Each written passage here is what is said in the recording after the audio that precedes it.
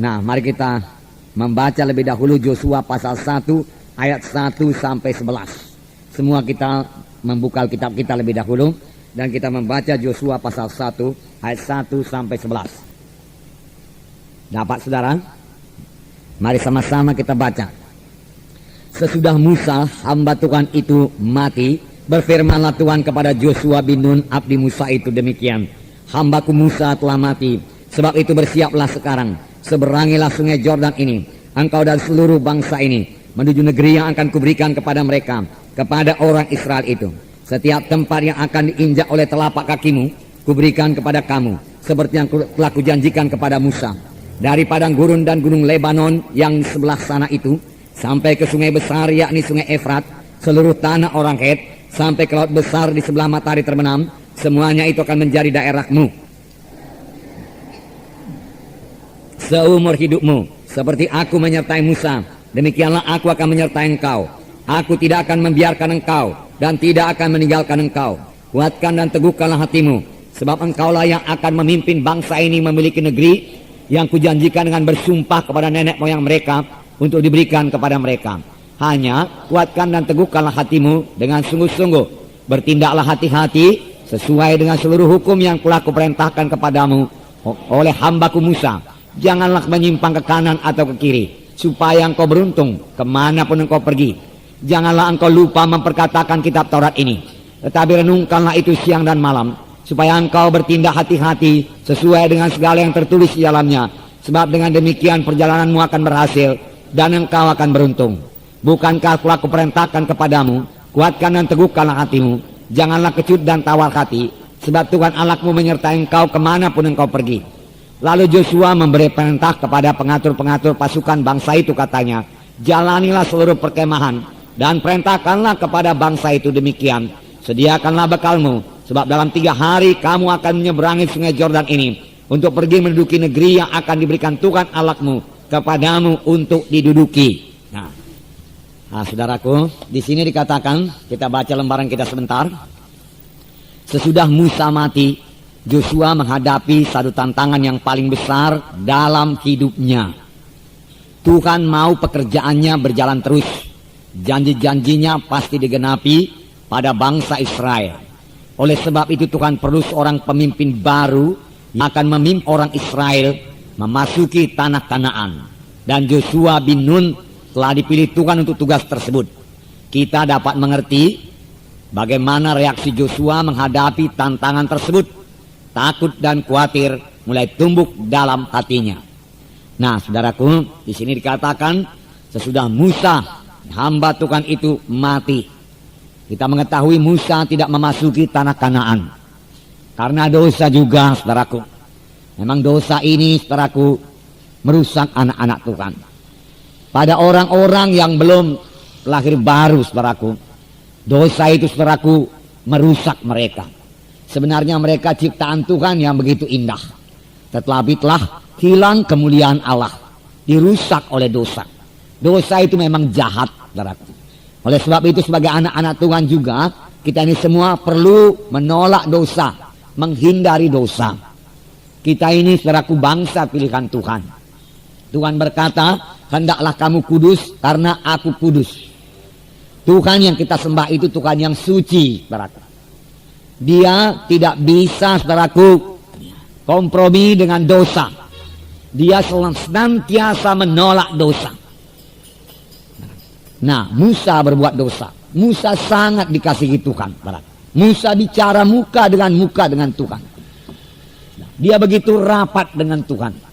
Tetapi Tuhan, saudaraku, berpegang kepada firman-Nya, berpegang kepada kesuciannya. Oleh sebab itu, pada akhir hayat Musa, Tuhan berkata, naiklah engkau ke puncak gunung Pisgah. Ini pembacaan dalam kitab kita. Lalu lihatlah tanah Kanaan, katanya. Seluruh tanah Kanaan lihatlah, karena engkau tidak masuk ke dalamnya. Nah, saudaraku yang kekasih dalam nama Yesus, Musa, saudaraku, mengikuti, saudaraku. Dia naik ke atas gunung Pisgah dan memandang tanah Kanaan. Kemudian Musa berangkat ke sorga. Nah, tidak diketahui kuburan Musa. Banyak penafsir Alkitab berkata Tuhan sendiri menguburkannya. Saudara, karena kalau kuburannya ada, saudaraku, kemungkinan besar, saudaraku, bangsa Israel akan tetap memuja dia sampai sekarang. Karena firman Tuhan berkata, tidak ada hamba Tuhan lain yang muncul yang lebih besar dari Musa. Dalam hal muka dengan Tuhan, dalam hal tanda ajaib dan mujizat. Tidak ada lagi hamba Tuhan di Israel yang lebih besar daripada Musa. Itu sebabnya saudaraku, waktu Joshua mau menggantikan Musa, saudaraku, Joshua sedikit takut dan khawatir, saudaraku. Bagaimana menggantikan orang yang tidak ada tandingannya, saudaraku? Ya, tidak muncul lagi, Tuhan bilang, seperti Musa. Dan Joshua disuruh menggantikannya dan memimpin bangsa Israel yang besar. Bangsa Israel ini, saudaraku, pernah berontak kepada Musa.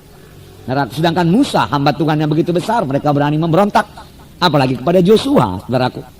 Mereka berkata, Musa, apakah kurang kubur di Mesir, makanya engkau bawa kami kemari? Di sini air tidak ada, di sini makanan tidak ada. Kami rindu akan semangka Mesir, bawang merah, bawang putih di Mesir, dia katakan, saudaraku. Dia berontak. Tetapi Tuhan berkata, mereka bukan memberontak kepadamu, mereka berontak kepadaku. Nah, saudaraku yang kasih dalam nama Yesus. Jadi Musa mati, saudaraku. Tetapi syukur ada penerusnya, saudaraku. Ada muridnya, saudaraku. Biar semua kita punya murid, saudaraku. Walaupun kita belum mati, saudaraku. Haleluya, saudara.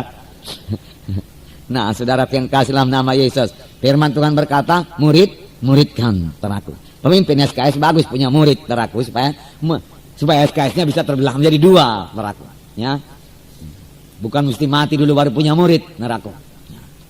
Nah, saudara, kalau mahasiswa yang sudah kitab Rema, dia sudah mengetahui bagaimana persiapan Joshua ini. Sangat matang sebetulnya, saudaraku, untuk menggantikan Musa, saudaraku. Luar biasa bentukan Tuhan kepada Joshua, saudaraku. Nah, saudaraku yang kasih dalam nama Yesus. Jadi Musa mati. Ya. Dia mati sebagai hamba Tuhan.